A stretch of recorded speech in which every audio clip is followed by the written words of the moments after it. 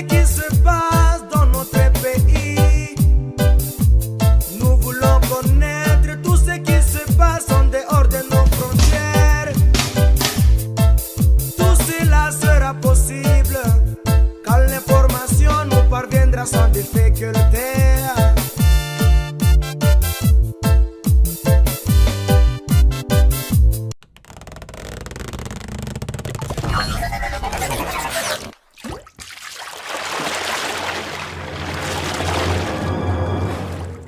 Chers téléspectateurs, bienvenue dans cette émission Cloche d'alerte. Nous sommes à Tchipouki. Tchipouki, c'est un site ou un quartier lié à la cité de Moussonoï. Mais ici, il y a l'exploitation minière artisanale. Vous êtes informés, les ministres des Mines, accompagnés de ses collègues, notamment les ministres des Infrastructures, et celui des Affaires foncières, avait effectué une descente ici pour faire les constats, voir comment l'exploitation se passe ici et procéder à la suspension de ces activités. Alors, là où nous sommes, c'est dans le site de Tchipouki. Nous sommes venus tenir cette émission.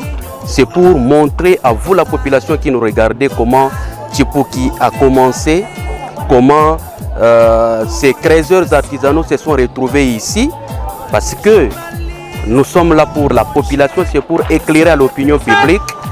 Nous ne voulons pas que ça puisse spéculer comme ça se dit partout dans la cité, dans les réseaux sociaux. Les journalistes, nous sommes descendus sur le lieu, dans le site de Tchipouki, pour découvrir la genèse de l'exploitation minière artisanale ici à Tchipouki. Et pour en parler plus, nous avons les enfants de Moussonoï. Les enfants de Moussonoï qui maîtrisent bien leur coin et qui vont nous parler de la réalité du fonctionnement de ces sites miniers ou de cette carrière minière artisanale. Tout change, tout évolue, seuls les imbéciles ne changent pas. Tout change, tout évolue, seuls les imbéciles ne changent pas. J'insiste, je persiste et je signe. Les ennemis de l'Afrique, ce sont les Africains. Monsieur Balthazar, c'est avec vous que nous animons cette émission à partir de Tchipouki. Comment vous allez d'abord, la santé? Je vais très bien, seulement que ça ne va pas comme d'habitude lorsqu'il y a une catégorie de population qui est en précarité, qui leurs droits ne sont pas respectés. J'ai été toujours trop sensible à ça et c'est par rapport à ça que vous constaterez que je vais parler avec émotion parce qu'il s'agit avant tout de notre cité de Moussonoï. Je suis ici depuis très longtemps et lorsqu'il y a un problème qui concerne ou bien un problème qui met mal à l'aise, dont les victimes sont mes frères de Moussonoï, j'ai été toujours allergique et très sensible. Monsieur Balthazar, dites-nous, vous êtes de Moussonoï, vous venez tout à l'heure de nous dire que vous êtes enfant de Moussonoï. Connaissez-vous ce coin, Tchipouki? Oui, je connais ce coin depuis très longtemps et je crois que ces carrières et ces quartiers datent depuis 2006-2007 qu'on a vu ces carrières être construites parce que nous avons même checké certains documents. Il y en a ceux qui ont les documents de 2005, mais le quartier proprement dit, en soi, il a été construit à partir de 2006-2007. Nous avons vu même l'entreprise Comis venir s'installer, nous l'avons accueilli. Nous avons accueilli l'entreprise minière Tondo en 2017 et voilà. Et auparavant, Tchipouki était comment? Bon, Tchipouki, bien sûr, c'était des maisons un peu éparpillées. C'était un quartier qui était annexé au quartier Moussonoï. Mais au fur et à mesure, parce qu'avec la démographie, les gens ont surpeuplé ces quartiers et vers 2015-2016, il y avait vraiment un surpeuplement, beaucoup de maisons, jusqu'à ce que vous constaterez qu'il n'y a même pas de place, des parcelles vides pour le moment. Il y a des maisons un peu partout. Lotis? Oui, les maisons sont loties. Vous pouvez constater, ce sont des vieilles maisons.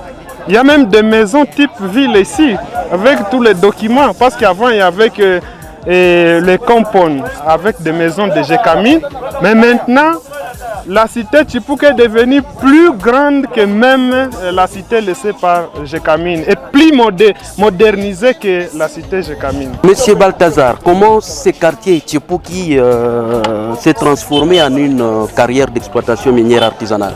Bon, généralement, à Moussonoï ou bien à Kolosi en général, c'est presque partout des carrières. Et des carrières se découvrent, vous pouvez voir un habitant qui est en train de creuser une toilette par exemple, et subitement il voit les produits et c'est pratiquement la genèse de plusieurs carrières ici à Kolosi. Et je pense que c'est le cas aussi de la carrière Tchipouki.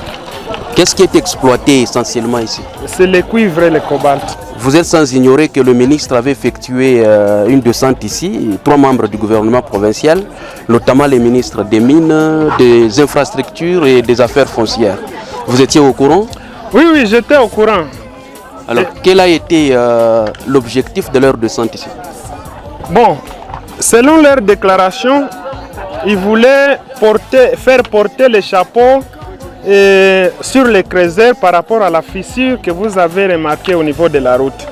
Mais nous disons que c'est insuffisant comme motif. Pourquoi? Parce qu'au niveau de Moussonoï, il y a plusieurs fissures. Lorsque vous êtes par exemple au niveau des péages, il y a une fissure qui veut déjà traverser la route. Au niveau de l'EOD, il y a des fissures. Au niveau des écailles, il y a des fissures. Donc c'est la vie, c'est pratiquement un peu partout dans la cité de Moussonoï. Il y a des fissures partout. Mais pourquoi seulement, en ce qui concerne cette fissure, on veut faire porter les chapeaux au creuseur parce qu'il y a une carrière ici? C'est pour cela que nous avons demandé à ce qu'on amène d'abord les plongées. Parce que jusqu'à la preuve du contraire, nous estimons que cette fissure n'a rien à voir avec cette carrière. Sinon, au niveau des écailles, on expliquerait comment c'est fissure. Au niveau de l'EOD où il n'y a pas de carrière, on expliquerait comment cette fissure. Et quand vous regardez bien, cette fissure ne vient pas de la carrière, ça vient de l'autre côté de la route. Ça a fissuré même la clôture de CMT jusqu'à arriver à ce niveau ici. C'est pour cela que nous estimons que cette fissure, ça n'a rien d'impact avec cet artisanat minier et surtout que la fissure date de très longtemps, avant même l'existence de cette carrière. Alors le ministre dit que ce sont les creuseurs qui ont créé, cette fissure qui menace aujourd'hui la route Joseph Kabila. C'est pourquoi nous disons, le même ministre qui a déjà visité les fissures au niveau des écailles, là où il n'y a pas de carrière, comment il peut expliquer ça? Parce que si c'est lui qui est capable d'expliquer toutes les fissures, qu'il nous explique alors, non seulement ici, partout où je vous ai cité, l'EOD, écailles, au niveau du péage, qui nous explique comment est-ce que là où il n'y a pas d'exploitation minière, on trouve des fissures. Est-ce que ce site de Tchipouki est reconnu par les autorités provinciales? Oui, j'ai dit avec toute confirmation. Et c'est là qu'on était même choqués avant d'être surpris lorsqu'on a traité les creuseurs des clandestins. Ah bon? Quand nous sommes venus, nous avons posé la question. Avant le chargement, vous payez quel document à l'État? On nous a donné les documents de la division des mines, de l'ANR, de CIMAP et toutes les preuves en termes de documents qui prouvent que ce site il est vraiment reconnu par l'État. Parce que si ce sont les clandestins, comment les clandestins payent les taxes de l'État? Comment l'État peut faire payer les taxes aux clandestins? Ça ne s'explique pas. Vous confirmez qu'il y a tous les services intervenant dans le secteur minier, écoutez, le service de l'État. Je ne suis pas un barbare, donc je parle sur les choses que je maîtrise. Vous allez continuer avec votre enquête, vous allez vous rendre compte qu'il y a les services de l'ANR, au-delà de la coopérative, il y a la division des mines et les services de CIMAP qui sont d'ailleurs sous tutelle du ministre des Mines. C'est là que nous ne comprenons pas comment est-ce que tous ces services pouvaient s'installer ici dans la ville de Kolwezi à l'insu du ministre. Et le même ministre vient traiter les creuseurs de clandestins. C'est là que nous ne sommes pas d'accord parce que les clandestins ne peuvent pas payer les taxes de l'État. Qui est d'abord les concessionnaires de ce site? Bon, ça ce n'est pas d'abord un site parce que nous devons fixer l'opinion. Bien sûr, nous avons parcouru au niveau du cadastre minier, nous avons trouvé les documents sur lesquels on octroie une concession à la compagnie minière de Tondo à partir de 2017 et qui expire en avril 2024. Maintenant, cette CMT aurait payé une concession déjà habitée. Parce que ce n'est pas seulement ici à Tchipouc. Au niveau de la mairie, c'est dans la concession de Tondo. Au niveau des 5 ans, les quartiers Jekamine Kolwezi, là où il y a l'hôpital HPK. Donc c'est une étendue trop vaste, mais on ne comprend pas seulement. C'est ici où, lorsque les gens veulent construire, on les arrête soit disant que c'est leur concession. Je voulais que vous puissiez éclairer à la population. Tondo occupe quelle partie ici à Kolwezi? C'est depuis... Son espace va où? Depuis les quartiers Kapepa jusqu'au niveau du domaine de Marial, en passant par les quartiers 5 ans.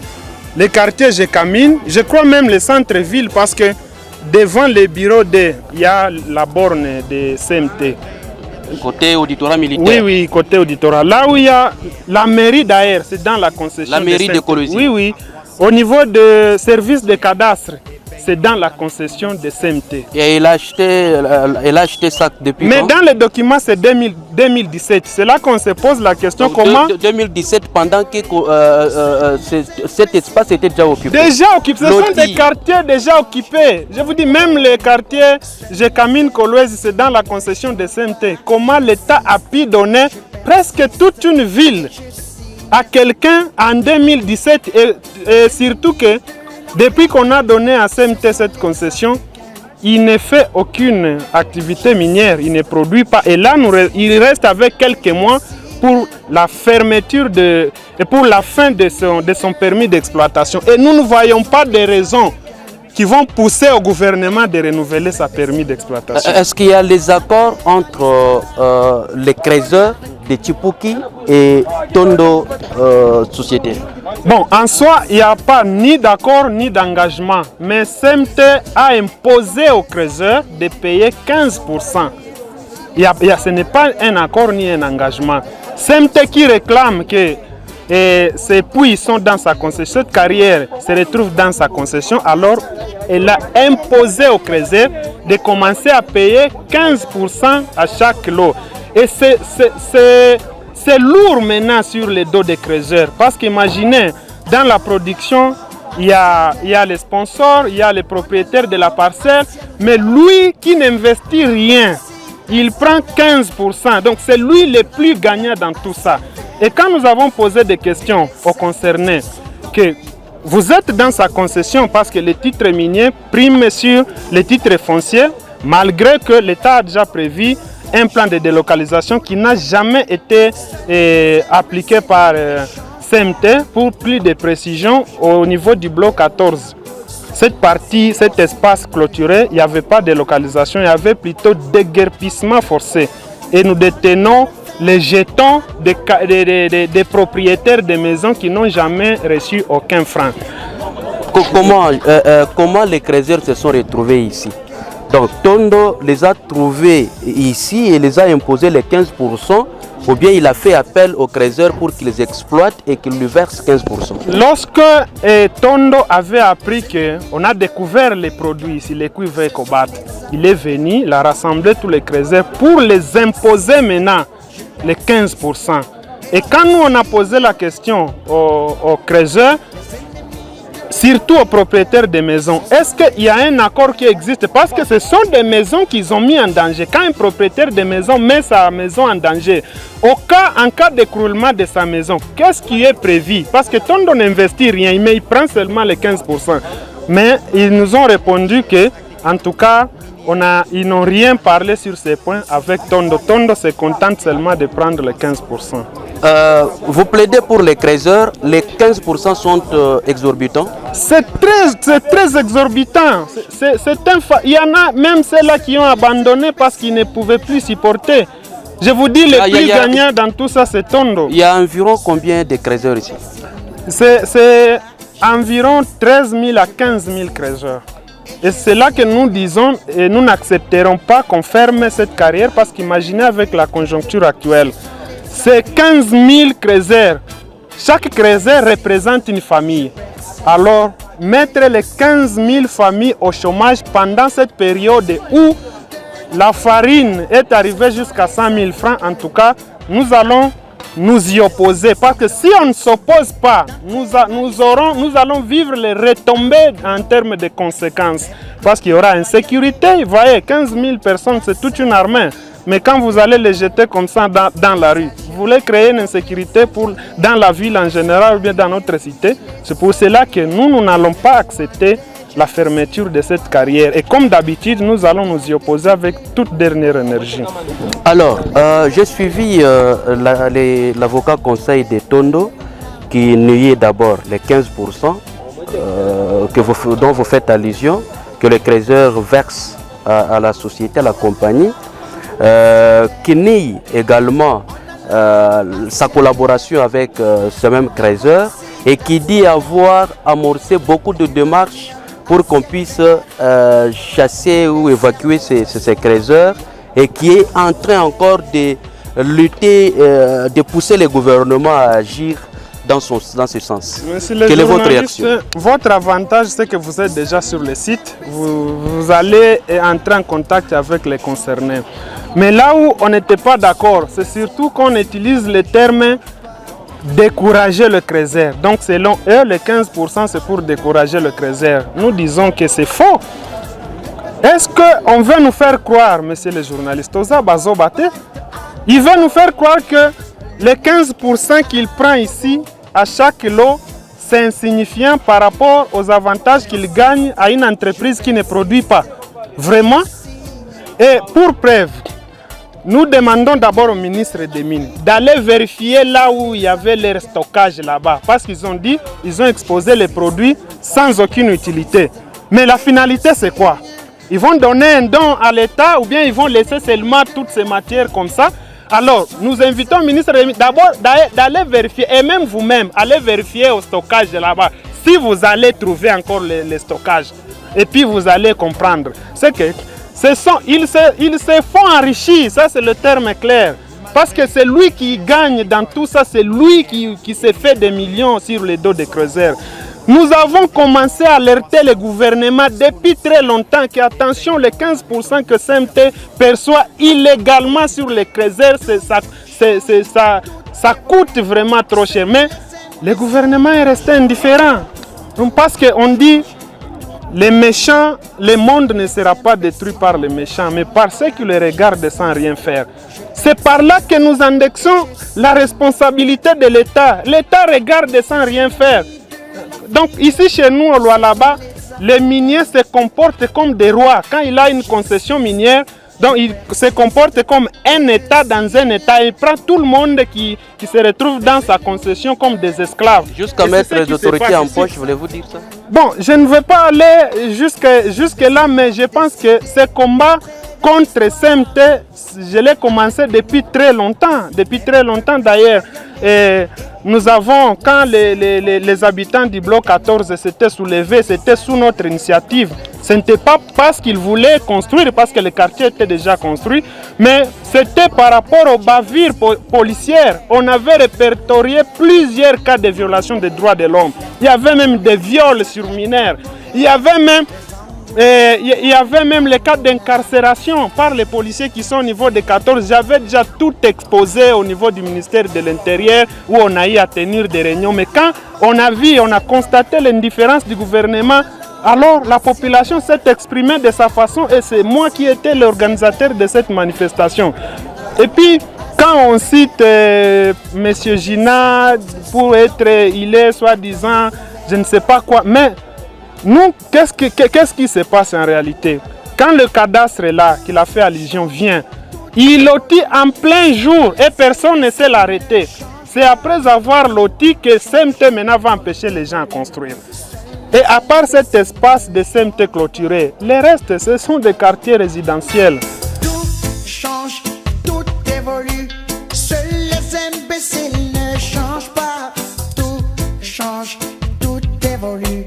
Seuls les imbéciles ne changent pas. J'insiste, je persiste et je signe. Les ennemis de l'Afrique, ce sont les Africains. J'insiste, je persiste et je signe. Les ennemis de l'Afrique, ce sont les Africains. En conclusion, qu'est-ce que vous demandez au gouvernement provincial, mais également au gouvernement national? Bon, en ce qui concerne Tondo, d'abord, ce n'est pas pour décourager, ils se font de l'argent. D'ailleurs, il y a beaucoup de cadavres dans les placards que je ne veux pas mettre sur la place publique.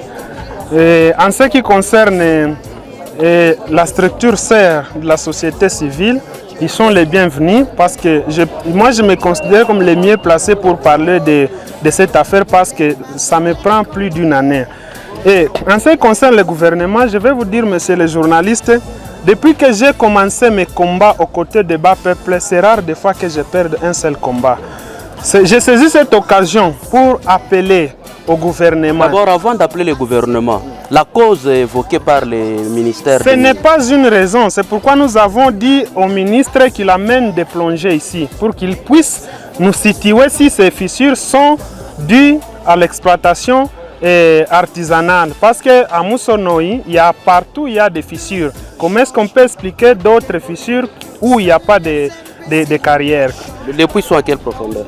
Les puits, c'est à plus de 90 mètres. C'est là qu'on ne comprend pas un puits de 90 mètres puisse provoquer des fissures. D'accord. Alors, en ce qui concerne le gouvernement, nous sommes vraiment engagés à ce combat de manière très responsable et très déterminée. Si on ne nous écoute pas, parce que là, on ne fait que dénoncer, si nous ne sommes pas écoutés, je vais marcher avec le creuseur pour nous faire entendre comme un moyen de pression. Et si on arrive jusque-là et que le gouvernement s'entête, là, en tout cas, je n'exclus pas la possibilité d'une pétition pour obtenir la démission du ministre des Mines. Parce que vous savez, la province du Lualaba, c'est une province minière. Et le secteur minier doit être le plus protégé et le mieux géré que les autres. Et comme c'est une province minière, le creusage artisanal, c'est une profession à vie pour beaucoup de Lualabais. Alors, nous ne pouvons pas vraiment accepter qu'on mette tous ces 15 000 personnes dans la rue pour des raisons sécuritaires. Si on veut la délocalisation, là, nous avons des propositions concrètes, parce que là, nous parlons le même langage avec les gouvernements. Une carrière où il y a des maisons, mais on peut faire nous avons déjà des propositions pour s'il y a moyen, on délocalise les habitants. Donc vous êtes pour la délocalisation des habitants? Je suis pour la délocalisation des habitants parce que c'est devenu une carrière. Mais pas pour l'évacuation des creuseurs ou la suspension des activités non minières. Seulement nous ne sommes pas pour la fermeture, nous n'accepterons pas et nous nous y opposerons jusqu'à notre dernière énergie. La pétition, vous l'initiez, pourquoi le secteur minier n'est pas protégé par les nouveaux ministres? Nous allons mollo. Je vais d'abord projeter une marche au cas où on persiste sur la fermeture. Et au cas où la marche ne réussit pas, ce n'est pas suffisant pour nous écouter. Là, je vais initier une pétition populaire. Et moi, je ne blague jamais lorsque je suis dans un combat comme celui-ci. Une pétition populaire, c'est-à-dire vous allez sur toute l'étendue de la province du Lualaba? Ici seulement sur la ville de Kolosi. Il suffit juste je ne suis pas n'importe qui à Kolosi, il suffit juste d'initier cette pétition, les gens vont signer et facilement je vais obtenir la démission du ministre des Mines. Et là, moyennant combien de signatures? 100 000 signatures. Et là, vous comprenez, messieurs les journalistes, rien ne me fera reculer. Ce que j'ai déjà commencé, je vais arriver jusqu'à la fin. Menaces, intimidation, en tout cas, si on pense m'intimider, c'est mal me connaître. Parce que moi, plus on m'intimide, plus je deviens plus fort. Monsieur Balthazar, merci d'avoir répondu à nos préoccupations aujourd'hui. Merci. Tout change, tout évolue. Seuls les imbéciles ne changent pas. Tout change, tout évolue. Seuls les imbéciles ne changent pas. J'insiste, je persiste et je signe. Les ennemis de l'Afrique, ce sont les Africains. Nous recevons quelques créateurs, je parle bien des enfants de Tshipuki, parce que j'ai suivi le communiqué officiel de IBGDH qui a souligné quelque part que les créateurs ne se retrouvent pas parce que la coopérative, ces créateurs ne sont pas bien encadrés par la coopérative qui est implantée ici. Alors pour en découvrir, nous recevons quelques créateurs qui travaillent ici. Les Algériens égorgent les Algériens, les Somaliens fusillent les Somaliens, les Rwandais génocide rwandais, les Burundais découpent les Burundais, les Congolais massacrent les Congolais, les Angolais brûlent l'Angola.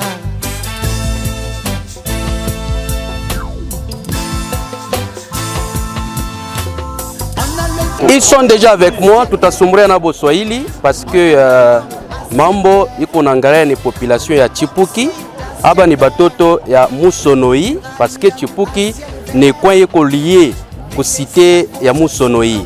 Ba créateur beko hapa rifata communiqué officiel ya IBGDH alisema ba créateur beko beaucoup coincé kwa coopérative minière ili iko hapa, tutafika mbele kule, mais kia kwanja beko natafuta kumitosha hii fashi hii. Mwe muko na mafami, muna vivre grâce ya hii kazi. Munaona je kama leo bana mitosha hapa kwa ministre des Mines ou bien gouvernement ya Lolaba? Bon, monsieur le journaliste, biko hivi. Mwejo munayua climat ya pays vile iko nini. Surtout mu Kolwezi, mu Lolaba. Kama maibwe banashimamisha saa artisanal, deja tunakufwa. Sasa kama kuko mafashi mwa mule tuko mu milieu mwa mule muko minier, muko ma minere ya mingi. Bon, c'est possible tu produire mari yetu. Ita ibunga mbele busha kupanda bei. Kaji ainako. Muntu mu amsaidia na mpango wake matoka produit. Anaanza kuproduire bon kuna kwa minjo responsable wa ifashi. Minjo fulani bon turichikia bioti en tant que ba créateur jo ville c'est normal. Mais kiamana à propos ile idéologie bande. Tuko ma élection. Ba chef wa weke kintu mukichu. Tuko ni kuma élection. Mwache bantu bunga busha kupanda sana. Lwalabe ni bunga lwake ashina share. Imaibwe bene beba moins cher sana. Mwache bantu bakure maibwe yenyewe babibebe kwa wale wenyewe bashaoleta humu.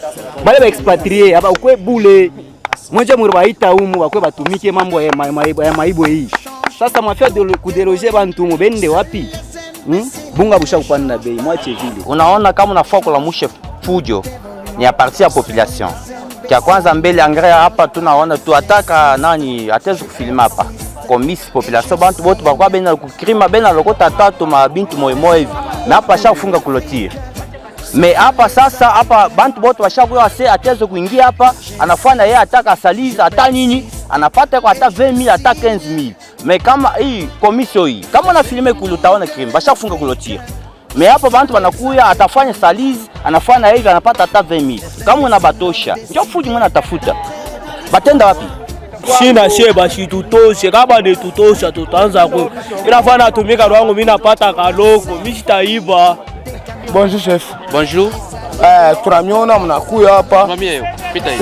C'est pour cela que vous voyez que chaque atukufundake. Nous étudions tout bien. Mais le problème c'est le problème de ravage.